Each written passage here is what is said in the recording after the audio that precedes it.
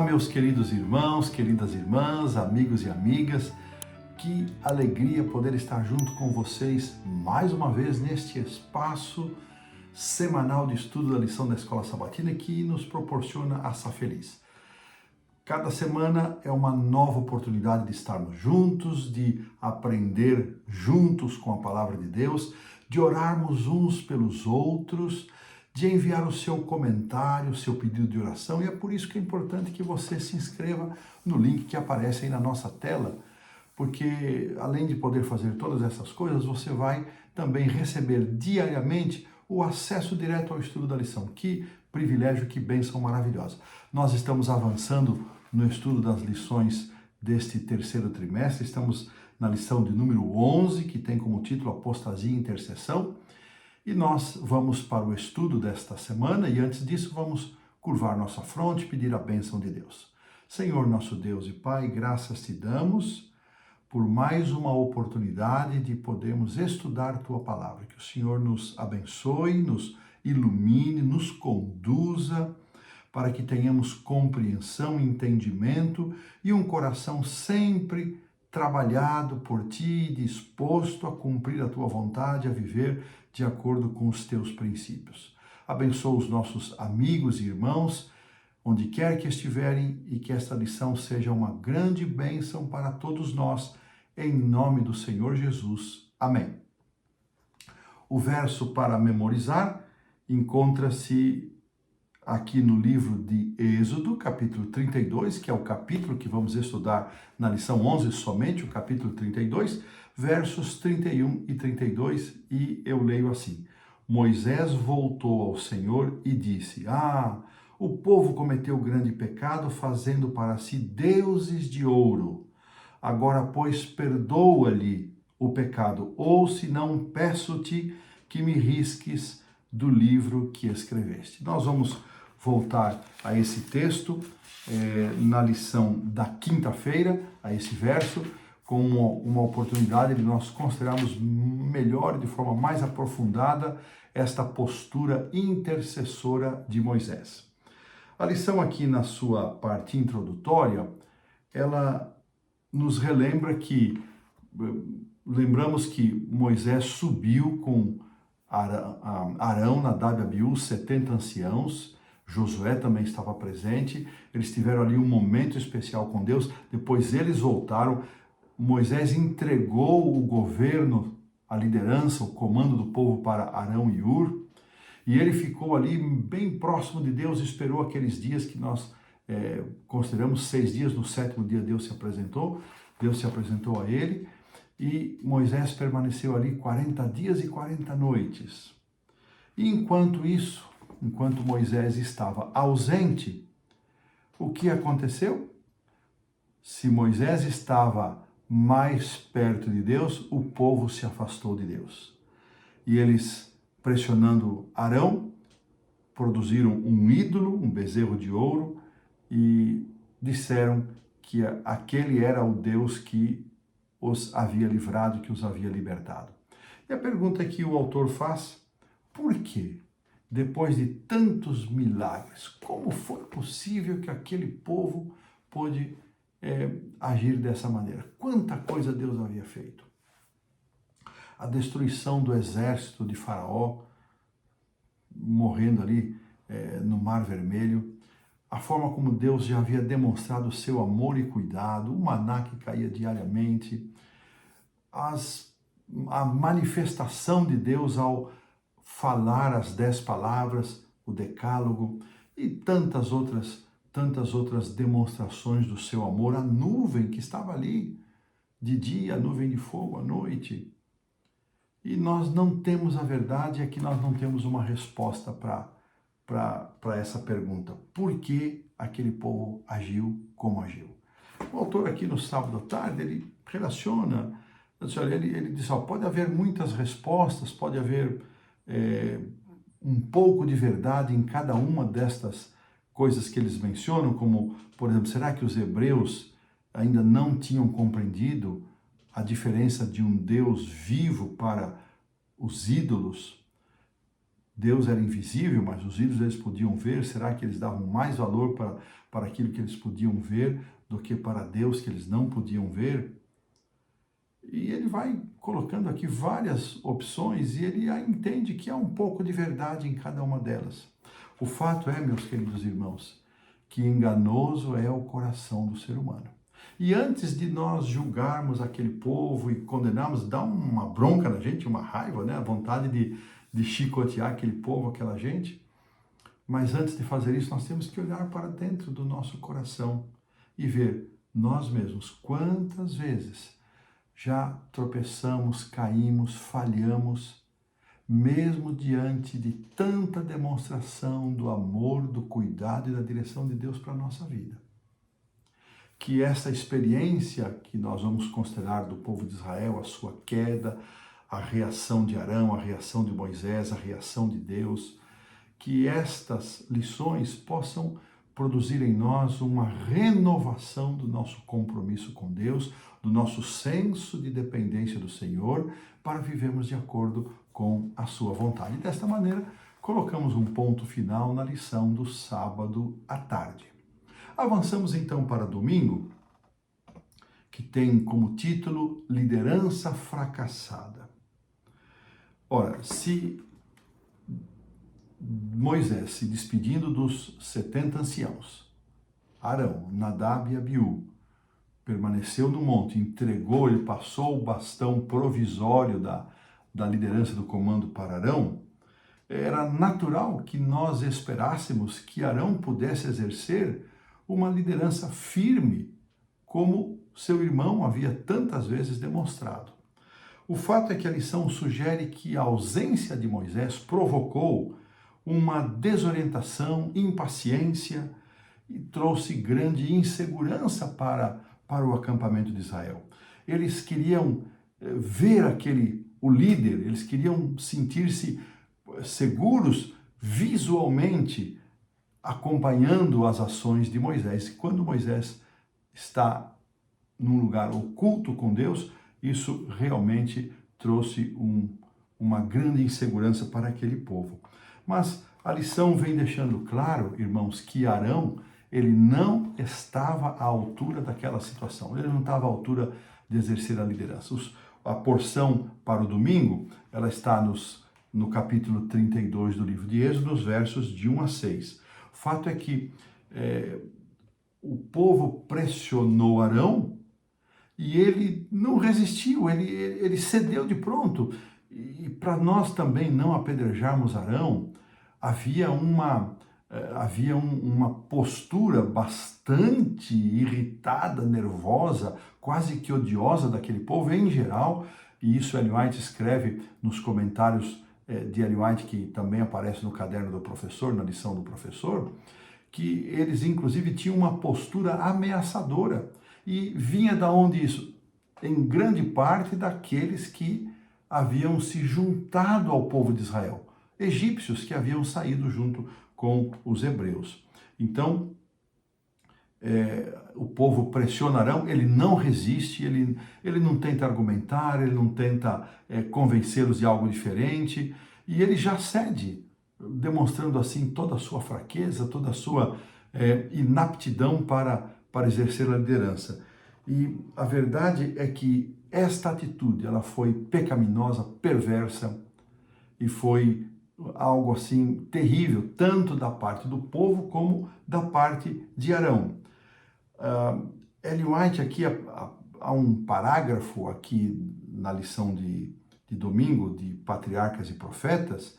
Eu vou pedir então que a produção possa colocar para nós aqui. Ele é o último parágrafo da lição e nós vamos ler esse parágrafo porque ele é muito esclarecedor. Diz assim, página Patriarcas e Profetas, página 267. Uma ocasião tão crítica como essa exigia um homem de firmeza, decisão e coragem inflexível. Um homem que considerasse a honra de Deus mais importante do que o favor popular, ou mesmo a segurança pessoal ou até a própria vida, algo que Arão não fez. Contudo, o então líder de Israel não tinha esse caráter. Adão, com fraqueza, apresentou objeções ao povo, mas sua hesitação e timidez no momento crítico apenas o tornou mais decidido. O tumulto aumentou, provocou maior ira no povo. Um frenesi cego e irracional pareceu se apoderar da multidão. Houve alguns que permaneceram fiéis ao seu concerto com Deus, mas a maior parte do povo aderiu à apostasia. Arão temia pela própria segurança. Em vez de se manter firme, defendendo com nobreza a honra de Deus, rendeu-se às exigências da multidão. Muito esclarecedor. Arão temeu por sua vida, não teve fibra, não teve firmeza de caráter para opor-se à inclinação daquele povo, e isto foi uma porta aberta para a desgraça, conduzindo muitos destes à própria morte. Com esta percepção da fraqueza de Arão e pensando na nossa própria vida, aplicando para nós, sem apedrejar Arão, será que eu tenho conseguido, no meu ambiente familiar, no meu lar, onde eu exerço a minha liderança, reunir firmeza com amor? Esse é um grande desafio e é o ideal, sermos firmes nos valores e princípios, mas agir em amor. É muito fácil trabalharmos nos extremos. Uma postura liberando tudo, liberacional, libera tudo, ou então uma firmeza excessiva, proíbe tudo, nada está certo, nada pode, mas o equilíbrio, ficando em cima dos princípios, dos valores corretos e agindo com amor, é realmente aquilo que nos desafia. E eu espero que antes que a gente critique ou atire pedras em Arão, nós possamos ajustar a nossa liderança familiar, a nossa liderança pastoral, nossa liderança eclesiástica para essa postura de firmeza com amor. E dessa maneira colocamos um ponto final na lição de domingo. Avançamos então para segunda-feira, onde nós iremos aqui estudar a porção que tem como título Idolatria e o Mal. E aqui vou pedir que a produção coloque na tela o versículo 6 do capítulo 32 de Êxodo, por favor, e nós vamos ler. No dia seguinte madrugaram e ofereceram holocaustos e trouxeram ofertas pacíficas, e o povo assentou-se para comer e beber e levantou-se para divertir-se. Olha aqui que nós encontramos aqui. A pressão aconteceu, Moisés estava distante, Arão ali no comando. Eles então tirem os pendentes, tirem os objetos. E aqui, muito curioso, é que o povo entregou esses objetos, essas argolas, esses pendentes. Arão recebeu e ele fez um bezerro fundido. Ele fez uma obra aqui de arte, né? E o mais intrigante para mim, que está no verso 4, antes de comentar o verso 6, é que eles disseram: são estes, ó Israel, os teus deuses que te tiraram da terra do Egito. Que tristeza! Depois de tudo aquilo que Deus havia feito por eles, eles reduzem Deus ao formato de um ídolo. Então, o próprio Arão, não tendo forças, ele ainda incentivou, disse: amanhã vamos ter uma festa. E aí vem o verso 6 que diz que o povo madrugou. Como é que, quando há interesse, o povo madruga, né? O povo madrugou, trouxeram ofertas e se assentaram para comer, beber e para divertir-se. Esta expressão, o comentário bíblico menciona que esse divertir-se era orgia sexual mesmo. Foi isso que aconteceu à moda dos cultos, das celebrações egípcias, que eles entendiam que esse era o formato de culto que deveriam ter. Então, esta transgressão flagrante do primeiro e do segundo mandamento e também do sétimo mandamento, né, tornou-se uma violação que não poderia ficar impune. E muito interessante, aqui nos é dito que a ordem da criação aqui foi invertida. Em vez de reconhecer que tinham sido criados à imagem de Deus, eles fizeram um Deus. Criados à imagem de Deus com D maiúsculo, eles fizeram um Deus com D minúsculo, nem sequer a sua própria imagem, o que já seria ruim o bastante, mas a imagem de um animal. E ainda declararam que esse era o Deus que os havia tirado do Egito. Depois o autor traz aqui o texto de Romanos, capítulo 1, versos 22 a 27. Eu vou pedir para a produção colocar aqui o verso 25. Eu estou procurando aqui na minha Bíblia para que nós possamos ler o capítulo 1 de Romanos, versículo 25, porque ele resume essa sessão que o autor trouxe dos versos 22 a 27, e nós temos então aqui o versículo 25 de Romanos 1, por favor, produção. Assim diz: pois eles mudaram a verdade de Deus em mentira, adorando e servindo a criatura em lugar do Criador, o qual é bendito eternamente. Isso aqui é o resumo do que aconteceu. Eles mudaram a verdade de Deus em mentira, adoraram e serviram uma criatura no lugar do Criador. Foi isso que ele fez, eles fizeram e que Arão fez. E a pergunta, a reflexão que cabe aqui para nós, irmãos, além de entender o que aconteceu, é saber que a idolatria cega o entendimento de que Deus é Deus e ser humano é ser humano. A idolatria apaga, achei muito interessante isso, ela apaga a distinção que existe entre Deus e a humanidade, rompendo desta maneira a conexão com Ele. Seja flagrante e aberta ou oculta no coração, e aí que está a questão, a idolatria rapidamente rompe nosso relacionamento com o Senhor e leva a um círculo vicioso de degradação moral que só piora com o tempo. Muito interessante esta compreensão. E aqui então nos é dito que Ellen White descreve que o que aconteceu ali foi uma imitação das festas idólatras do Egito, que era regada a glutonaria, bebidas e atitudes e orgias sexuais. E uma pergunta, uma afirmação para nossa reflexão. Os seres humanos são especialistas em fabricar seus próprios deuses, seus próprios ídolos. Será que nós temos caído nessa vala, nessa tentação de fabricar nossos ídolos, de criar os nossos próprios deuses? Bom, nós vamos considerar isso um pouco mais ao longo aí das lições seguintes, e dessa maneira nós colocamos um ponto final na lição da segunda-feira. Avançamos então para a terça-feira, que tem como título Corrompidos pela Idolatria, e aqui vão ser considerados os versos 7 e 8. Produção, por favor, coloca para nós aí. Então, 32 de Êxodo, 7 e 8. Então disse o Senhor a Moisés: vai, Moisés, desce, porque o teu povo que fizeste sair do Egito se corrompeu, e depressa se desviou do caminho que lhe havia eu ordenado. Fez para si um bezerro fundido e o adorou, e lhe sacrificou, e diz: são estes, ó Israel, os teus deuses que te tiraram da terra do Egito. Olha aqui que coisa interessante.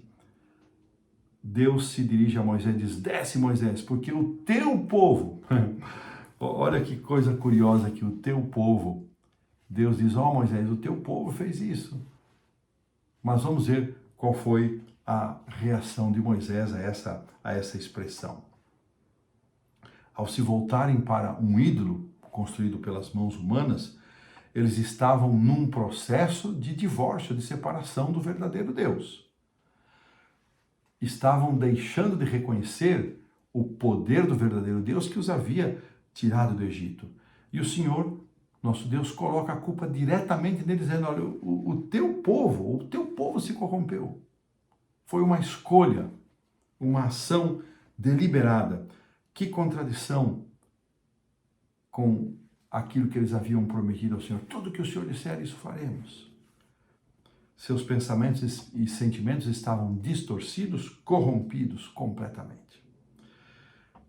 De acordo com Ezequiel, e aqui o autor cita no segundo parágrafo, Ezequiel 8, depois capítulo 20, 1 a 44 e 22, de 1 a 22, diz que o profeta Ezequiel considera que a idolatria está no âmago da ruína do povo de Deus ao longo dos tempos. Olha que interessante.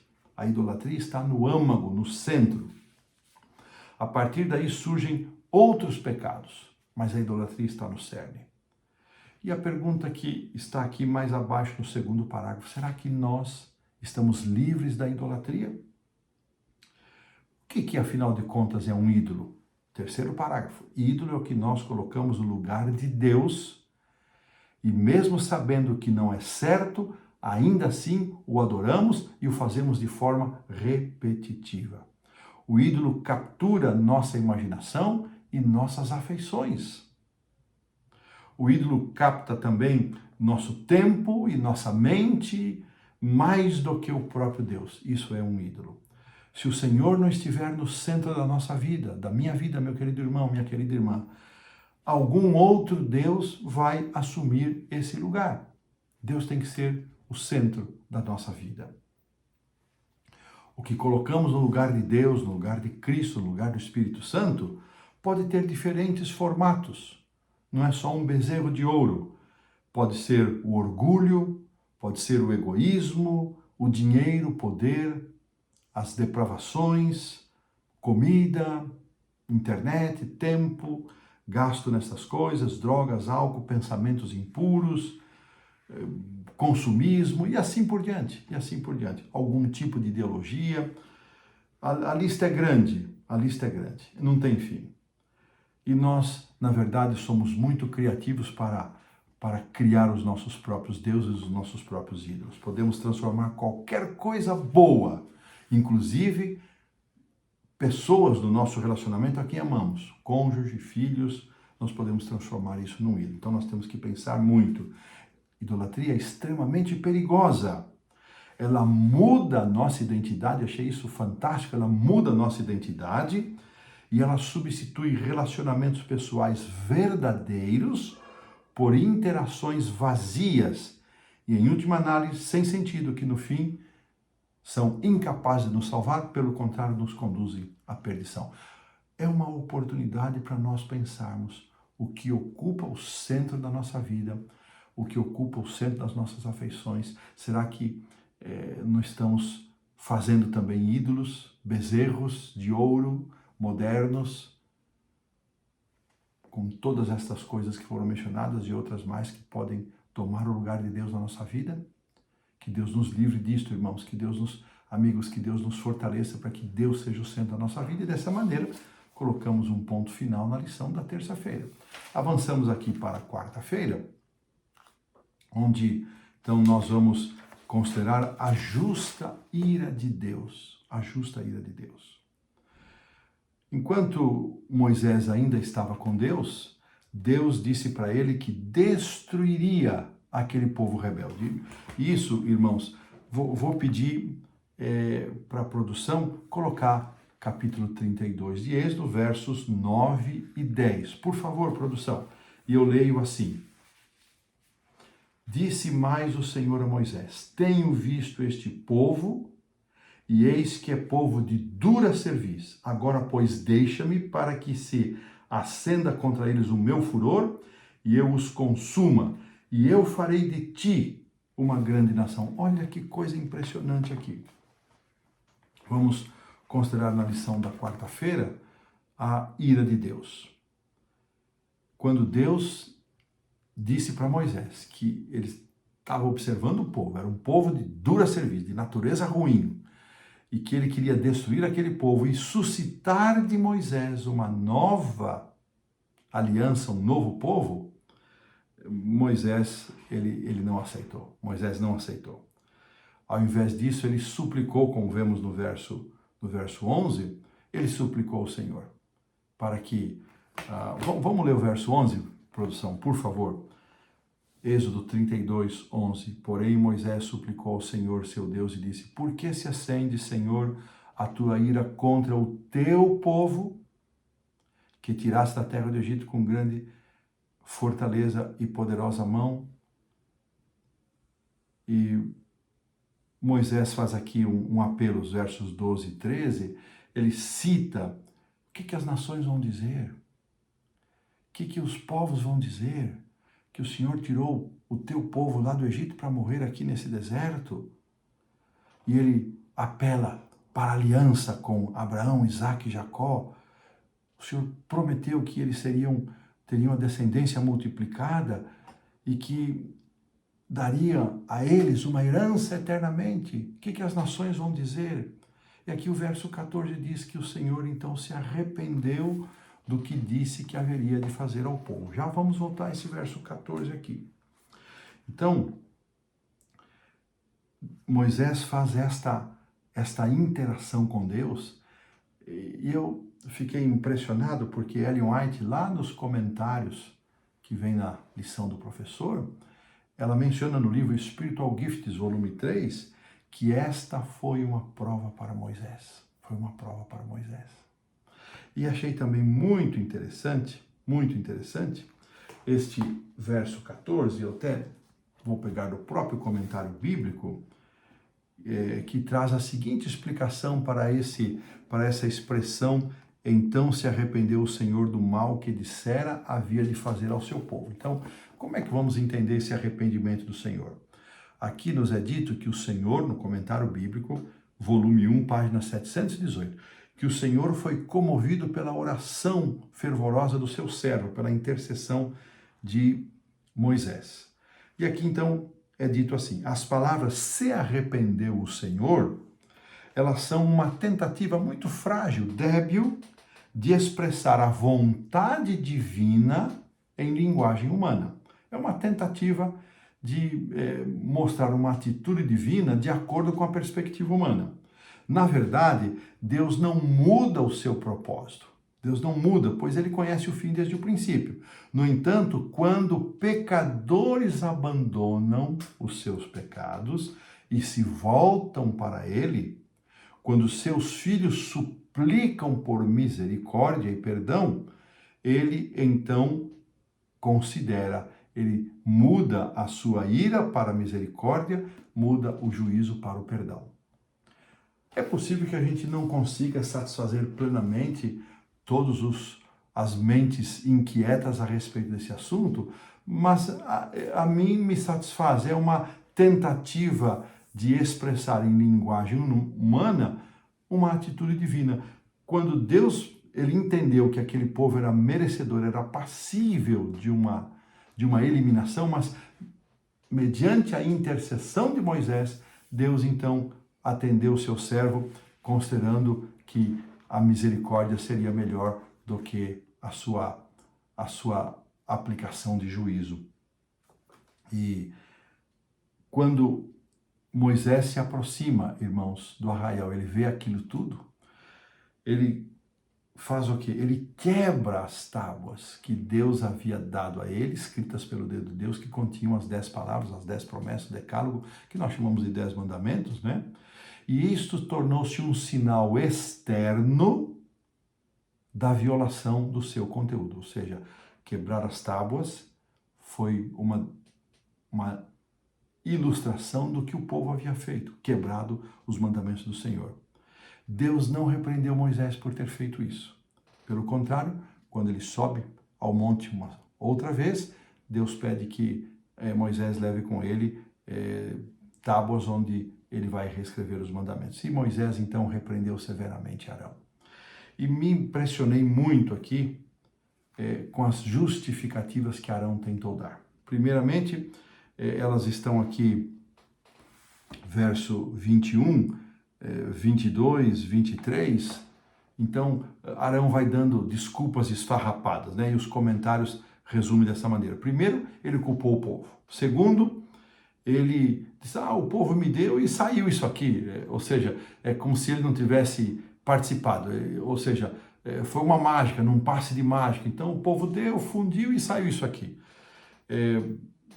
Isso só piorou a situação. Só piorou, porque Arão havia sido honrado por Deus. Grandemente.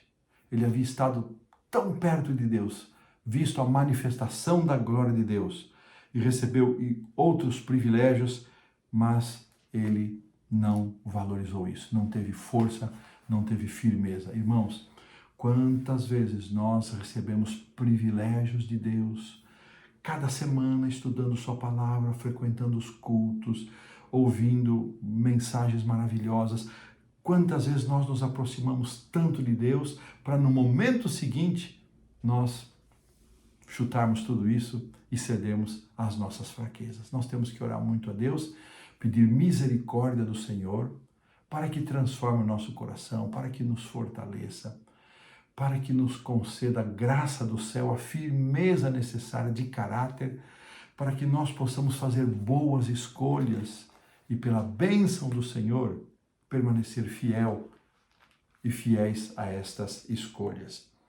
Aqui nos diz a lição da quarta-feira. Perdão, irmãos, estou aqui um pouquinho resfriado, então tenho que, às vezes, dar um jeitinho aqui no nariz. Que ironia sombria, diz a lição. Ao alegar que havia ocorrido um milagre do qual saiu o bezerro, Arão quis enganar o seu irmão Moisés. Veja, irmãos, um pecado leva a outro, né? A lição menciona. No entanto, Moisés, ele não foi na conversinha de Arão, ele viu que o povo estava completamente desenfreado, descontrolado, e as consequências da fraqueza moral de Arão eram muito evidentes e Moisés teve que fazer uma interrupção nessa rebelião. E é isso que nós vamos considerar. Desta maneira, colocamos assim um ponto final aqui na lição da quarta-feira e avançamos para a quinta-feira, onde vamos ver os desdobramentos desta história, não é? Então, vendo Moisés, diz aqui o versículo 25, produção, por favor, coloque para nós aí. Vendo Moisés que o povo estava desenfreado, pois Arão o deixara à solta para a vergonha no meio dos seus inimigos. Verso 26, também, produção, pôs-se em pé à entrada do arraial e disse, quem é do Senhor, vem até mim. Então se ajuntaram a ele todos os filhos de Levi. E é interessante, irmãos, que mesmo em meio àquela devassidão toda, desvirtuamento, houve pessoas que permaneceram fiéis. Teve gente que permaneceu fiel, que não cedeu àquela corrupção. Deus sempre teve um remanescente fiel e ele continua tendo esse remanescente hoje. E é interessante, irmãos, que eu até não mencionei, mas Deuteronômio, deixa eu ver se eu acho aqui, Deuteronômio capítulo, deixa eu ver aqui rapidinho, onde Deus diz que, onde Moisés registra que Deus ficou bastante indignado com Arão. Deixa eu ver se eu consigo achar esse texto, se eu não estou achando agora, é assim, quando a gente não marca, ele perde de vista da gente aqui. Só mais um minuto, deixa eu ver se eu consigo dar mais uma folheada aqui. Eu tinha até sublinhado esse texto de Deuteronômio. Que pena, não estou achando aqui. E um comentário mais que eu deixei passar é que esse bezerro de ouro se assemelhava ao deus touro egípcio chamado Apis ou a deusa vaca chamado Hathor. Isso apareceu na lição da segunda-feira. Então, eles trocaram a glória, a manifestação de glória de um Deus invisível por um visual idólatra. Que triste, que coisa terrível que nos ameaça também, irmãos, que também nos ameaça. Muito bom. Vamos seguir aqui. Pena que eu não achei o texto que eu queria de Deuteronômio, mas eu lembro que é no Deuteronômio capítulo 9, mas deixa para lá. Em algum momento a gente vou achar e vou voltar isso aqui. Então agora vamos ver a reação. Diz assim o verso 30 até o 32. Vou pedir para a produção colocar, por favor. No dia seguinte disse Moisés ao povo. Verso 30. Vós cometestes grande pecado, agora porém subirei ao Senhor e porventura farei propiciação pelo vosso pecado. Tornou Moisés ao Senhor e disse, ora, o povo cometeu grande pecado, fazendo para si um Deus de ouro. Agora, pois, perdoa-lhe o pecado, ou se não, risca-me, peço-te do livro que escreveste. Olha que coisa tremenda, que atitude de Moisés. Então, Moisés repreendeu. Aqui o verso 28 nos diz que 3.000 pessoas morreram. Foi o juízo aplicado para aqueles que permaneceram insidiosamente na prática do pecado, que não aceitaram a repreensão de Moisés. E diante disso, a lição nos diz: não é de admirar que Moisés seja um tipo ou um símbolo de Cristo. Por causa de sua oração intercessória pelos pecadores e sua disposição em oferecer, em dar a sua vida, Moisés estava disposto a ser riscado do livro da vida, na verdade é isso. Ele refletiu o que Cristo faria e fez por todos nós. Que compaixão exemplar sobre os transgressores. Irmãos, essa expressão de Êxodo 32, que diz, agora, pois, perdoa-lhe o pecado, aqui a lição nos diz que essa expressão, traduzida como perdoar, significa carregar, tomar. E aqui o autor faz uma ligação com Isaías 53, verso 4, onde lemos: certamente ele tomou sobre si as nossas enfermidades. Então, esse perdoa, Moisés está dizendo: Senhor, carrega sobre ti mesmo esta culpa. Moisés estava pedindo ao Senhor que tomasse sobre si o pecado do povo. E foi isso que Deus fez em Cristo Jesus na cruz do Calvário. Êxodo 32, ele apresenta de forma muito clara o conceito da expiação substitutiva. Alguém que se oferece para pagar a culpa em meu lugar, e explica além disso que não é só a expiação substitutiva, mas ela aponta que o substituto era o próprio Deus. Que coisa linda! Esse texto também revela como nós podemos obter perdão. A única forma é Deus em Cristo levando sobre si os nossos pecados. Não existe salvação fora de Jesus, não existe perdão fora de Jesus. Essa é a única maneira pela qual nós podemos ser perdoados.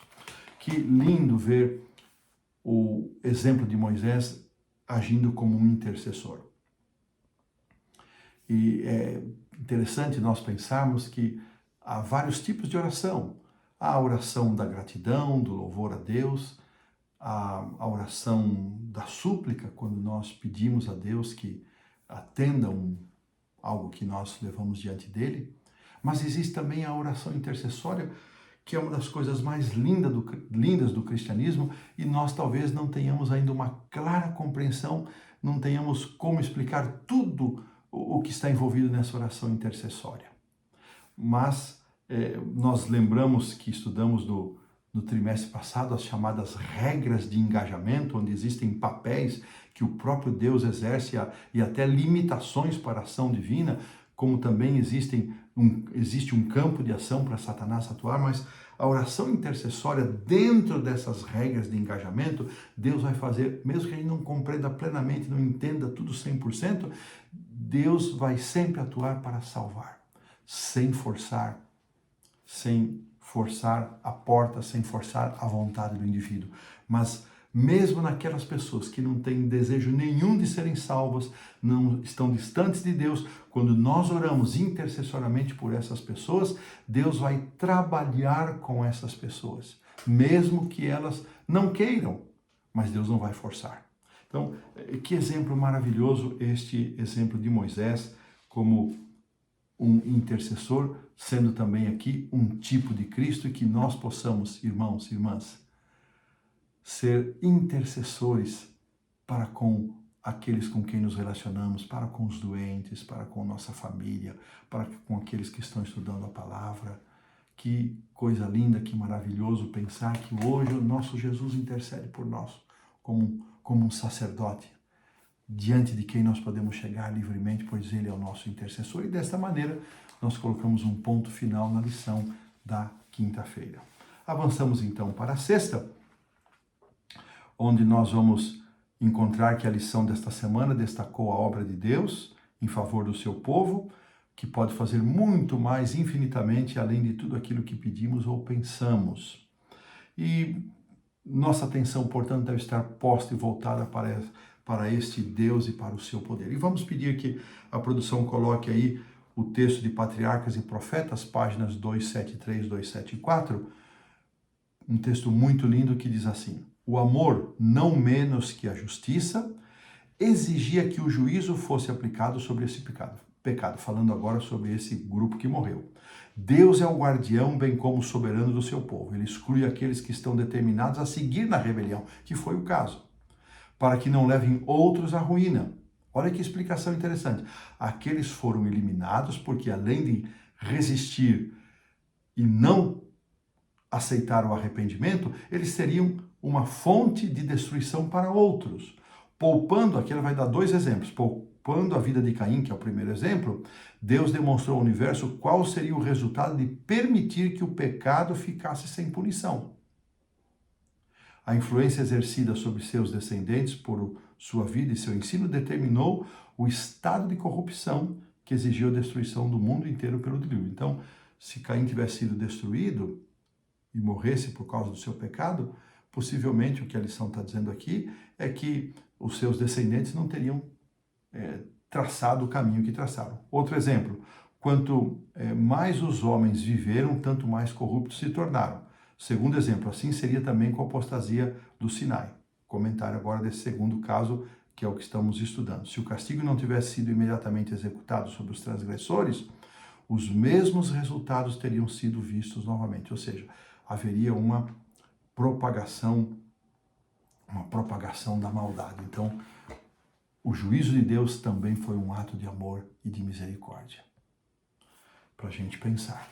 Há 3 perguntas para as nossas reflexões, para a consideração.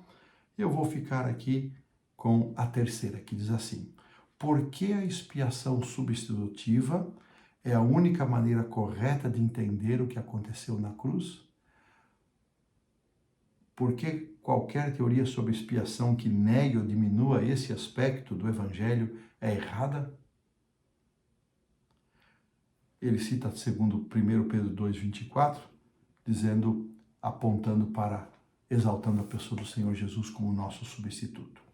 Irmãos, não há salvação fora de Cristo, não há perdão fora do sangue de Jesus, não há salvação fora da cruz. Queridos, que lição especial, que lição maravilhosa que Deus nos concedeu, capítulo 32 do livro de Êxodo, para nós entendermos e compreendermos todas as consequências do mal, daquilo que se praticou, das consequências de nos afastarmos de Deus, dos riscos da idolatria, de uma liderança frágil, fraca. Que Deus nos abençoe, que nós possamos ter coração sensível, mente aberta para receber os ensinamentos do Senhor. E eu convido agora para nós encerrarmos essa lição com uma palavra de oração. Senhor Deus, Pai nosso, graças te damos por tuas bênçãos, por este estudo tão especial, pela exaltação do poder salvador do Senhor Jesus, pela bondade do Senhor em nos perdoar, nos aceitar, pela misericórdia e paciência, que sejamos todos alcançados por esta bênção, por esta graça, e que a tua mão nos dirija até a eternidade, em nome do Senhor Jesus. Amém. Forte abraço, até a próxima semana.